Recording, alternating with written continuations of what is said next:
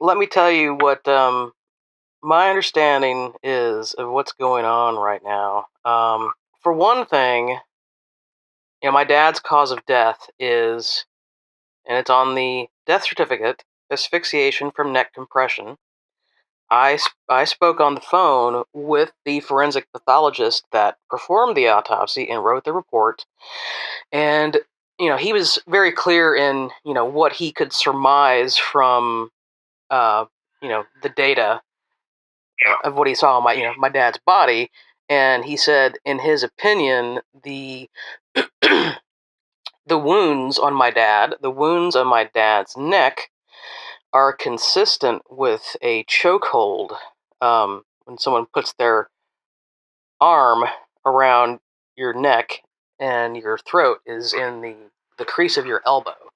So, and he didn't want to use, the word strangle, but he said essentially they strangled my dad. However, prosecutor Bob Parks is convinced that my dad died of positional asphyxia, and the forensic pathologist was very adamant with me that this is not positional asphyxia.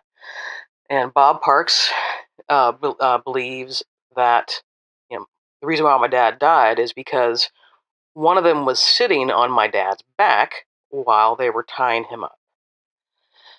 And so, Bob Parks and I are having, a disagreement about that. And so there's that aspect of it. And, and I told Bob Parks this. And when I tried to tell him this, Bob Parks shouted me down. He shut me down and wouldn't let me ask my question. And we actually had a shouting match in the conference room outside the courtroom. And that doesn't surprise you. Is one of those people who can never admit that he's wrong.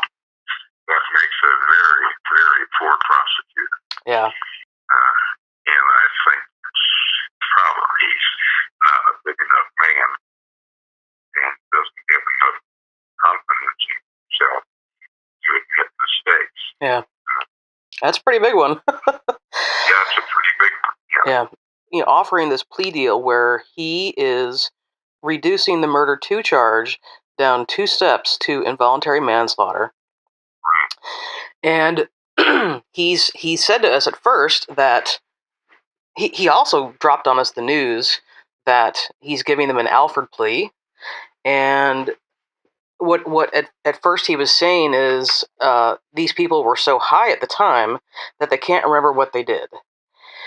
And, since the beginning, I have questioned how could anyone possibly know that they were high at the time if they were apprehended about 20 hours later. And I've never gotten an answer to that. And, Well, that's the answer to that question. Is if you're doing your job, I don't know where they were apprehended. I don't know that part of the story. But I can tell you this, because of what they were high on, there are very few drugs whose half-life is shorter than 24 hours. okay, yeah. Some of them have 30 days or more, like marijuana. Right.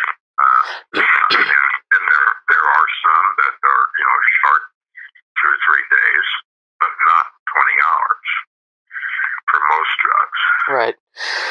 So perhaps they gave them some kind of test, and I don't know if they did, but he never would answer that question.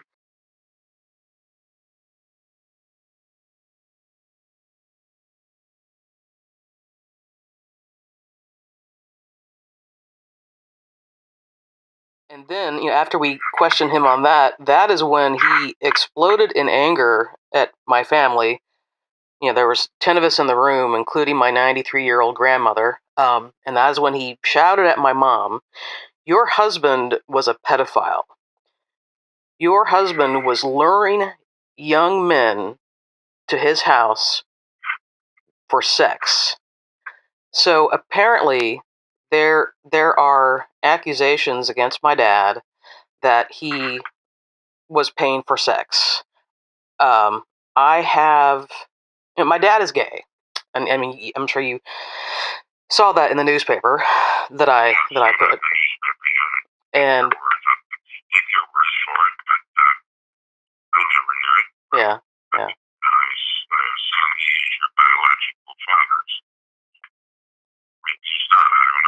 Oh, he is my. Oh, he most certainly is my biological father. As far as a pedophile is concerned, I mean, we'll never live to be 200 years old believe that. Yeah. I know I knew your father pretty well because our working relationship was pretty tight. And I mean, it was a smaller county back then. And, you can't work for somebody day in and day out, and week after week, and month after month. Because, pedophiles are a whole other breed of cat. But as far as I'm concerned, that's a lie. And I've prosecuted pedophiles. I've had a number of pedophiles examined by psychiatrists that I trust, Dr. Crane here in town, before he retired. So, I have word from a source that there actually is no evidence at all that my dad is a pedophile. However, there appears to be evidence, what kind I don't know, that my dad was paying for sex with young men as young as 17. And age 17 is the age of consent in Missouri, and that is not illegal. And whether so, and it appears to be. It appears. Let me just interrupt you. Sure. Okay. Yep. What the hell difference does that make to the charge and to your dad's death? That is exactly my question too, and this is my question to Bob Parks. The answer is not a damn thing. Yeah, yeah. And so it appears to be that Bob Parks is soft pedaling this plea deal to my dad's murderers to spare my family the trauma of things coming out about my dad. And Bob Parks even said, "I'm not going to try this kind of case because they're going to get on the stand and trash your dad." That is exactly what he said to me.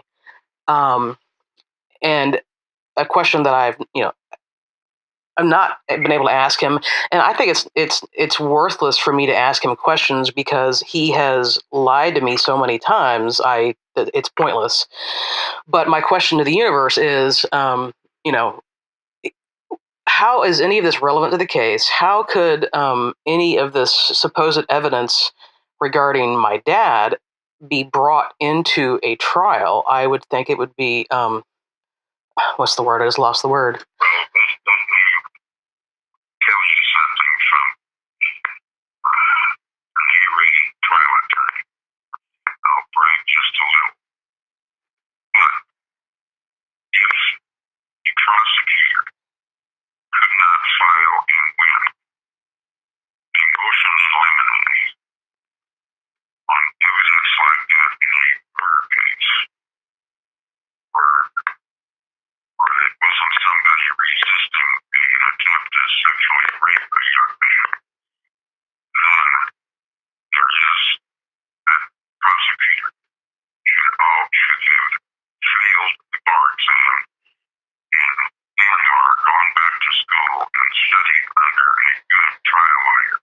I can assure you that would have not kept me in things about how loose a woman was from filing charges of rape against her if the doctors said that she had been raped and the medical evidence showed it, just like in your book. It showed that he didn't die of positional asphyxiation, but rather, from somebody having their arm or even a knee on your neck. Yeah. So I'm again.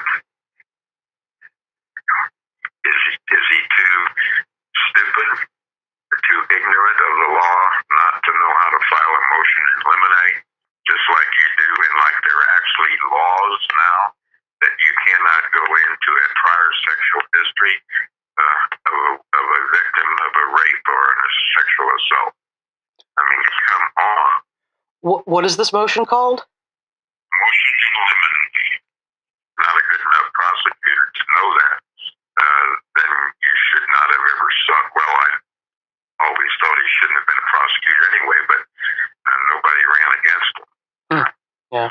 Bob Parks is soft pedaling this. My dad's death is about to be called something in it that it is not. And as you might imagine, this is very upsetting. I mean, it's upsetting for me, obviously, that my dad is gone, that he was murdered, and that the state is not going to prosecute his murderers. And is there anything I can do? The trouble is, yeah, sure, but we've got a Republican in as Attorney General. Okay. But I don't know what Bob's going to do the rest of his life. I feel sorry for him because his wife has an early onset Alzheimer's. Yeah. But that means to me that he should have gotten out of office because his mind is not on his job, but on taking care of his wife, probably. Yeah. And I am mean enough to tell that to his face. Yeah. That his position is being clouded by his own personal trauma. And I can't imagine him trying to practice law here. So this is where we are. We have the new Judge Hellman, and I predict that Bob Parks is going to offer the same plea deal in Judge Hellman's court. And I just wonder, of course, I'm very, very tired of all of this over the last year plus. I know. And at some point, of course, I want to live the rest of my life and stop having this stress, but it's also very difficult for me to accept that this injustice is on its way to happening. I mean, is there anything that we can do? Yeah. It should be public record by now. And he's made up his mind. So I would think that you could ask under the Freedom of Information Act for a copy of the, unless you have it already, of the medical examiner's report. I do have that. Do you really? Yeah, I have it. Yep. Wow. The victim advocate sent it to me in an email. Okay. Yep. Has the Missourian been given a copy of it? Yes, they have. Yeah, and and I discussed this with someone at the Missourian. I forget his name at the moment. He and his editorial staff, I mean, they're interested in covering it. However, and they wanted to speak with Dr. Gershom Norfleet, who is the forensic pathologist, to go on record about his opinion about my dad's death. But Gershom Norfleet told me that he can't talk to them because he cannot comment on a case that is still open. And that is true. That is true. That's why I was surprised that you get his copy. Yeah. That's true. And is the victim's advocate on your side still?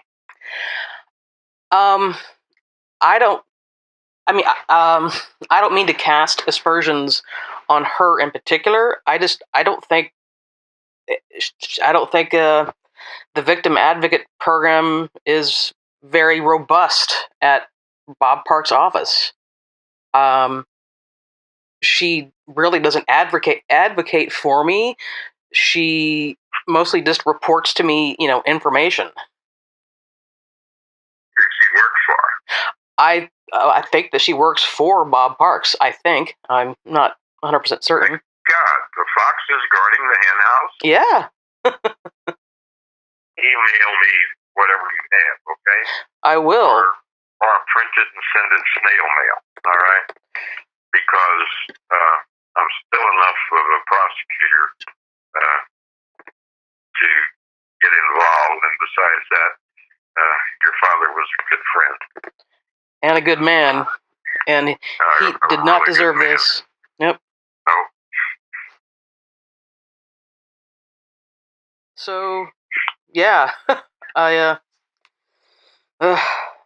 this has all just been so terrible. And in the beginning, I gave Bob Parks the benefit of the doubt, believing that let's maintain the integrity of the case. I was respectful of whatever his decisions, and believing that he represents the best interest of the state and me and my family. And then I was shown to be wrong, and it's been even more insanity ever since.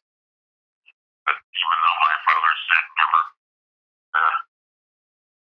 get in contest with a skunk or with somebody who buys his ink by the barrel. Hmm. But sometimes you have to stand up to everybody else that you think is wrong. Yeah. And if you're not good enough to do that, then you lose a lot of your status as a good human being. So that's why I admire what you're doing. Thank you. I